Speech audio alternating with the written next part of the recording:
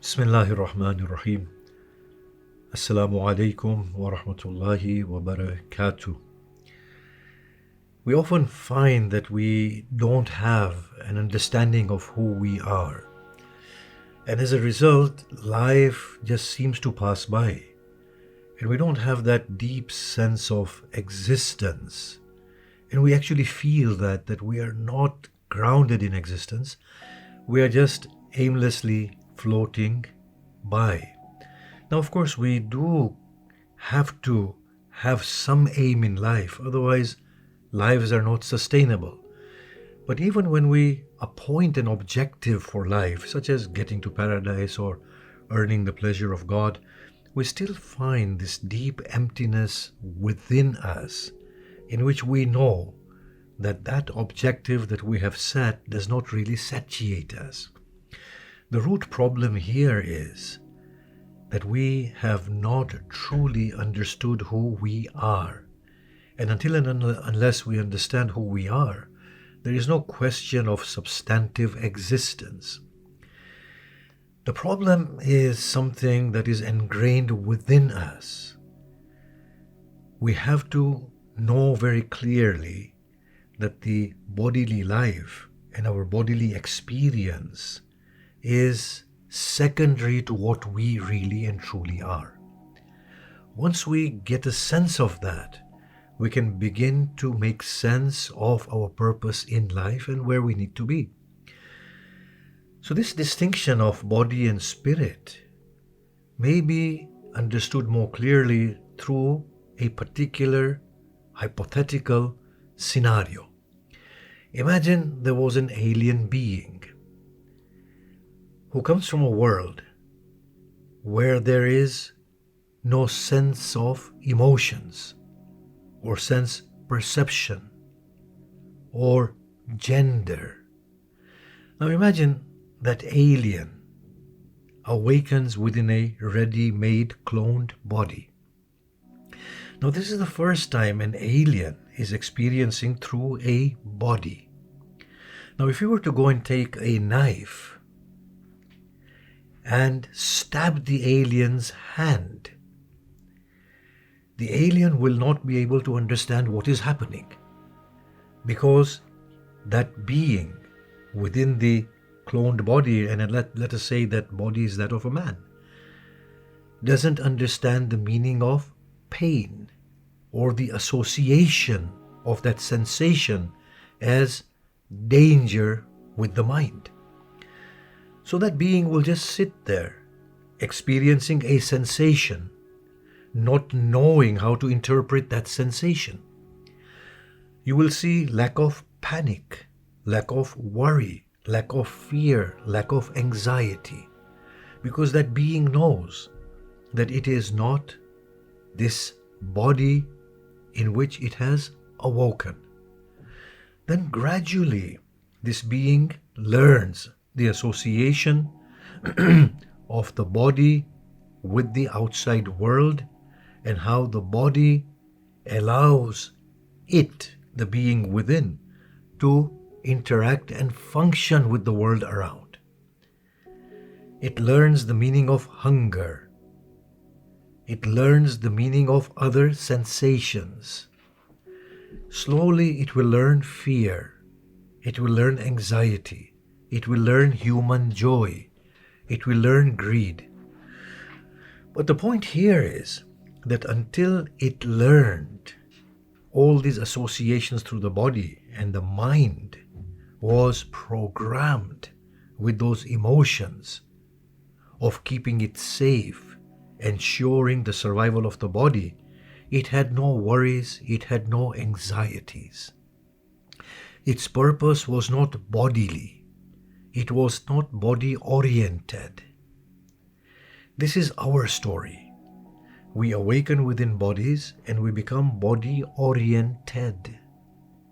And our identities are then determined by the body. And the bodily properties then govern us. The state of fear, the state of anxiety, the state of joy, the state of greed, none of these form our real nature. we are quite beyond it all. In that sense, we are not even evil, and we are not even good. You see, if we can understand, we are not genders, we are not colors, we are not ethnicities, we are not races, we are not even the religions that we follow. All of this is secondary to our real state of being. What that can do then is allow us to search the real purpose of our existence. We can detach from the bodily and begin to reclaim ourselves and start awakening to ourselves in the rightest manner possible. So today we see this scenario that people kill on the basis of their races. But if we know that actually race is quite arbitrary to our, what I will call, essence or spirit, that would not remain the case. People kill on the basis of their religion. But if we can understand that religion is there to regulate the bodies, nothing to do with the spirit, the part of religion that pertains to the spirit is a very different part to the one that pertains to the body, then in that case, a religion would become a point of liberation from the bodily condition, as opposed to reinforcing the bodily condition. How wonderful are those thoughts of the Urafa who depict this truth from time to time. I remember an Iranian poem about the Kaaba and Hajj, and this poet turns to the Kaaba and it says, but you're just an empty house, 4 walls.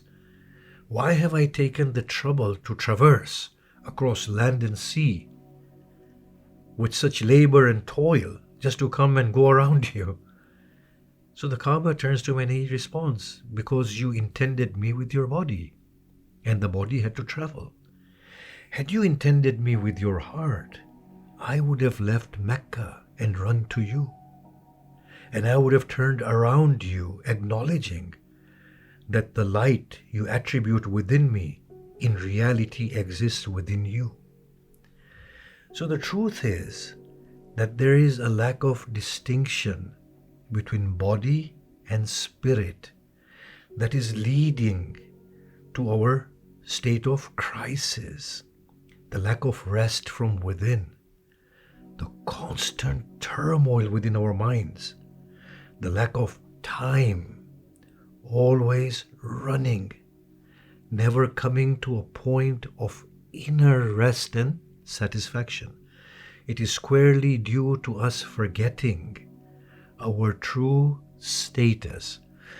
If we were to awaken to our real nature, the world can become a blissful place.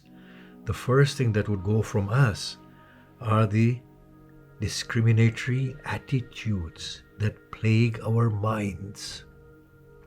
You see, I have noticed it's very, very easy for us to point fingers at others and hate them and curse them and say that they are evil.